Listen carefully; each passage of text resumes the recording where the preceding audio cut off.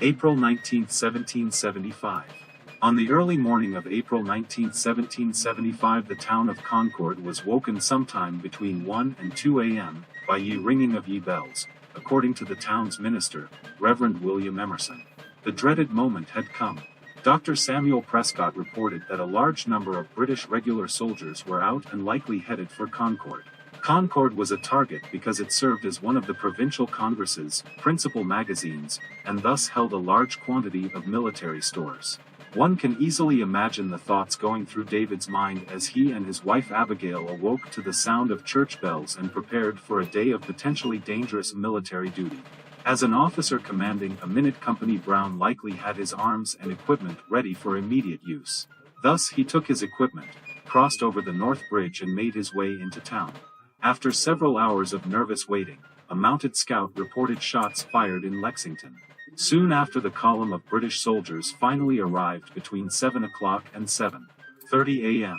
By that time, the Minutemen from Concord and Lincoln were deployed about a mile east of the town center at the end of a ridge overlooking Miriam's Corner.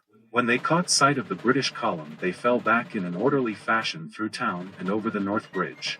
In their retreat, they would have passed close by David Brown's house and family as they made their way to Punkatasset Hill to await reinforcements expected from other towns.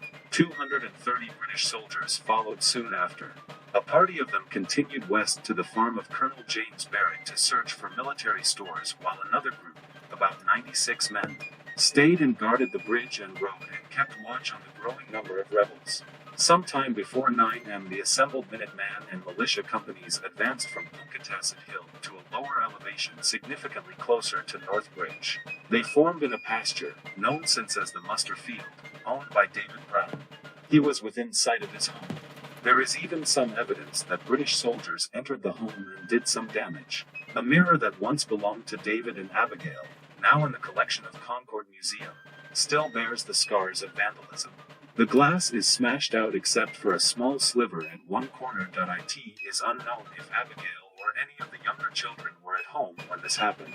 Her anxiety must have been great knowing that her own husband, son, and nephew were in harm's way that morning. About 9 a.m., with smoke rising ominously from Concord, the colonial officers in the Muster Field decided to advance to the North Bridge and save the town from being destroyed. As the colonial soldiers began their march to the North Bridge, Captain Brown's company marched in column behind a minute company from Acton commanded by Captain Isaac Davis. The British soldiers pulled back to the east side of the bridge and began pulling up the planks. This action caused the colonists to quicken their own pace.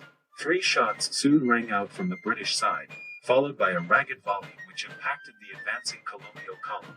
Captain Davis was killed along with a private from his company, Abner Hosmer. The colonists returned fire and 12 British soldiers were hit, 3 of them fatally.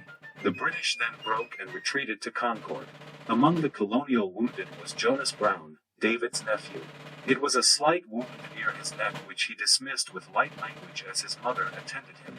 She warned him that an inch closer and that ball would have killed him. To this he replied, "And an inch t'other way and T would have touched me." Shortly after noon the British began their long, return march to Boston. Captain Brown's company very likely joined in the pursuit.